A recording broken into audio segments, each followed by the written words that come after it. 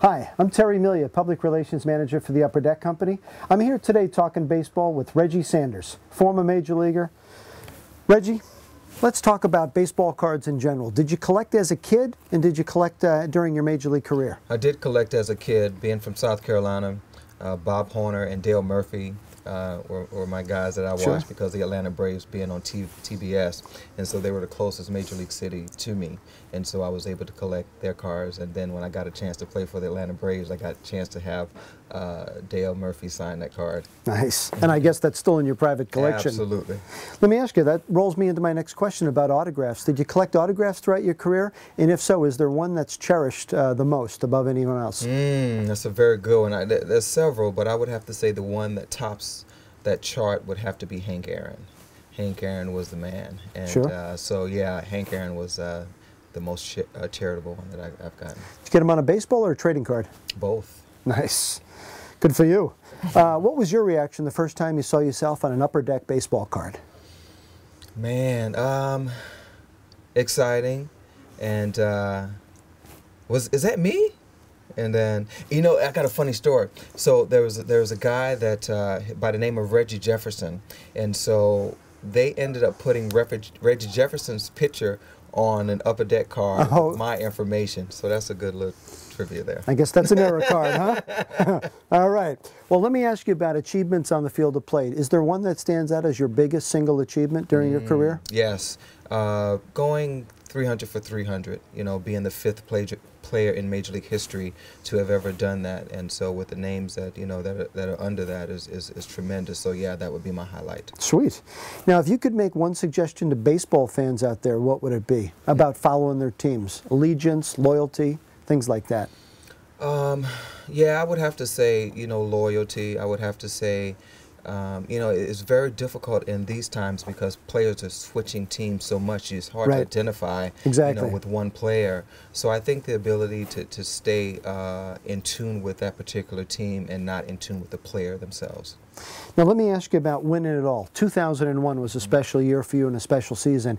Can you take us through what it was like to win a World Series championship? Oh my God, that was the epitome of what a baseball player is trying to get to. You know, the battle of up and down seesaw of a year, 162 games, travel, the adversity you may have on the field, off the field, and so the ability to be able to come together as a unit and really through any obstacles just defeat that. And 2001 was definitely a great year because of 9/11 and all that, and so really overcoming that was just another epitome of my career. And you beat a pretty good team in the World Series. And the way that we did it was even more exciting. Remember Luis Gonzalez right now? Sir. Jeter was playing in a little bit too close. Yeah, come here a little more. Now, let me ask you about idols growing up and guys you tried to emulate yourself when you were going through the bigs. Who comes to mind as the guy that you idolized the most? I would have to say, when I came up, the guys that really schooled me and helped me when I came up to the big leagues was Eric Davis, Barry Larkin, and a guy that really took me under his wing was Glenn Braggs. Sorry. Okay. And so those guys really, you know, showed me what it was about, how I needed to be on the field and off the field, and also as a young player to be respectful of the older players and when you should talk and when not to talk. Those are important lessons to learn early on. Let me ask you about signing autographs for the fans. Is that something that you would dread during your career, or is that something you looked at as an honor and a privilege? Oh, it's an honor and a privilege, even now so, you know, because it's one of those things, you know, for somebody to acknowledge and to appreciate what you do on the field and to think enough to say, you know, hey, Reggie, can I have your autograph? You know, it's fantastic. So, you know, I've always welcomed that. Was there any single unusual item that somebody asked you to sign that you can share with us today on camera as far as peculiar signing? Well, you know, it's so funny. I've been married for 17 years and I have 4 girls, and so it's so funny because there was a young lady when I was in San Francisco, and so she wanted me to sign the top of her chest, and so the next day she brought the picture to me, and then I just put it in my bag, and then I took it home. Ooh. And then so my wife, you know, went through my bag, she was looking for something. She's like, "What's this picture?" You know, and I'm like, "Oh, oh, that's, By the way.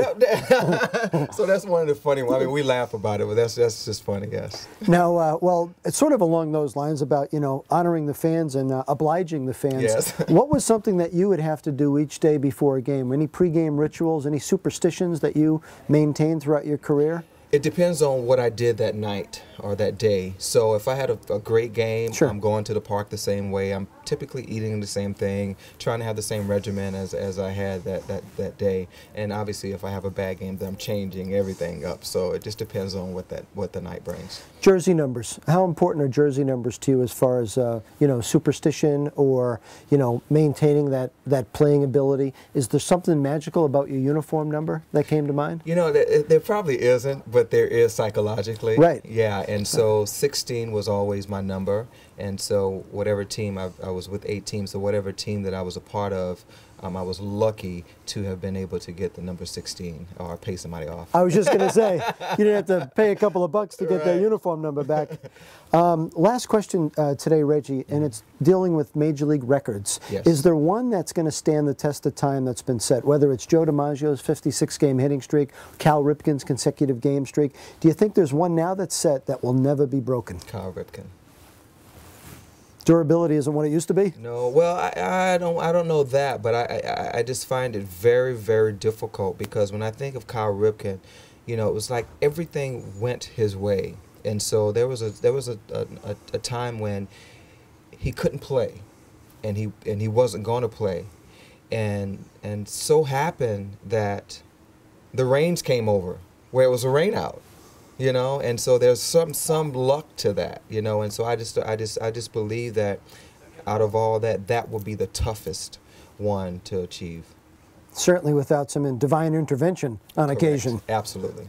Well, that's terrific. We really appreciate your time today, Reg. Thank you.